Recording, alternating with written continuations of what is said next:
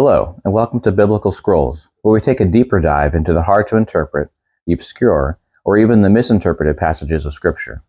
We will also look at apocryphal and pseudepigraphal texts and other historical manuscripts. We'll be using a variety of sources, so if you're committed to just one version of the Bible, this channel may not be for you.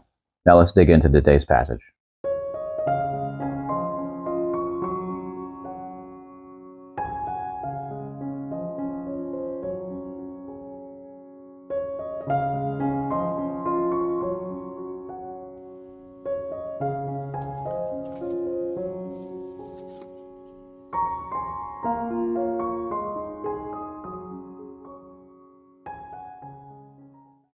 Today's passage is Ruth 3, 1 through 14, reading in the ESV. It says, Then Naomi, her mother-in-law, said to her, My daughter, should I not seek rest for you, that it may be well with you?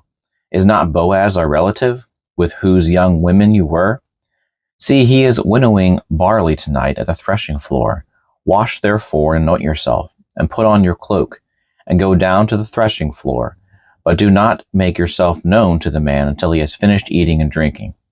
But when he lies down, observe the place where he lies. Then go and uncover his feet, and lie down. He will tell you what to do. And she replied, All that you say, I will do. So she went down to the threshing floor and did just as her mother-in-law had commanded her. And when Boaz had eaten and drunk, and his heart was merry, he went to lie down at the end of the heap of grain. Then she came softly and uncovered his feet, and lay down. At midnight the man was startled and turned over, and behold, a woman lay at his feet. He said, Who are you? And she answered, I am Ruth, your servant. Spread your wings over your servant, for you are a redeemer. And he said, May you be blessed by the Lord, my daughter. You have made this last kindness greater than the first, in that you have not gone after young men, whether poor or rich. And now, my daughter, do not fear. I will do for you all that you ask. For all my fellow townsmen know that you are a worthy woman. And now it is true that I am a redeemer, yet there is a redeemer nearer than I. Remain tonight, and in the morning, if he will redeem you, good, let him do it. But if he is not willing to redeem you, then as the Lord lives, I will redeem you. Lie down until the morning. So she lay at his feet until the morning, but arose before one could recognize another. And he said, Let it not be known that the woman came to the threshing floor. Okay, so there's a lot more going on here than it seems on the surface.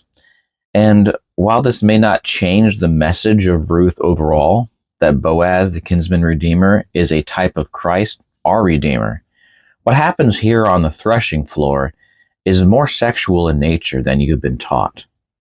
First, the use of the word feet in certain contexts in Old Testament Hebrew could be a euphemism for genitals, particularly in the context of sexual shame or impurity. In Ruth 3:4, Ruth is instructed to uncover Boaz's feet as part of a marriage proposal. This does not mean that intercourse took place here, but Ruth really put herself out there and made herself vulnerable and clearly available, basically begging Boaz to redeem her. Ruth desired a marital relationship and sexual intimacy.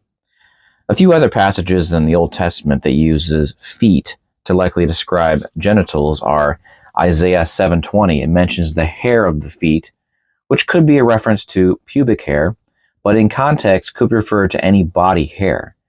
In 2 Samuel 11:8, David tells Uriah to wash his feet after impregnating Uriah's wife, Bathsheba. This is a veiled instruction for Uriah to have intercourse with his wife. In Ezekiel 16:25, Ezekiel condemns women who open their feet, which is a reference to their promiscuity. There are a few other references too, but the threshing floor symbolizes separation, purification, and judgment. Boaz was an upright man and close to redeem Ruth the right way. Even getting permission first from the next relative in line before him. Ruth was a Gentile, redeemed by a Jewish man. Take a look again at verse 13 and 14. It says, Remain tonight, in the morning, if he will redeem you, good, let him do it. But if he's not willing to redeem you, then as the Lord lives, I will redeem you. Lie down until the morning. So she lay at his feet until the morning, but arose before anybody could recognize another. And he said, "Let it not be known that the woman came to the threshing floor." So she stayed with him all night and arose very early. Then Boaz said, basically, "Don't tell anyone that a woman was here." That line alone makes me wonder what went on here. What do you think? Does Ruth sound as innocent as she is typically portrayed? I hope you enjoyed this video and maybe even learned something. Please subscribe and give a thumbs up. The topics on this channel are difficult and sometimes there's a difference of opinions, but that's okay. Be blessed, be encouraged, and I'll see you in the next video.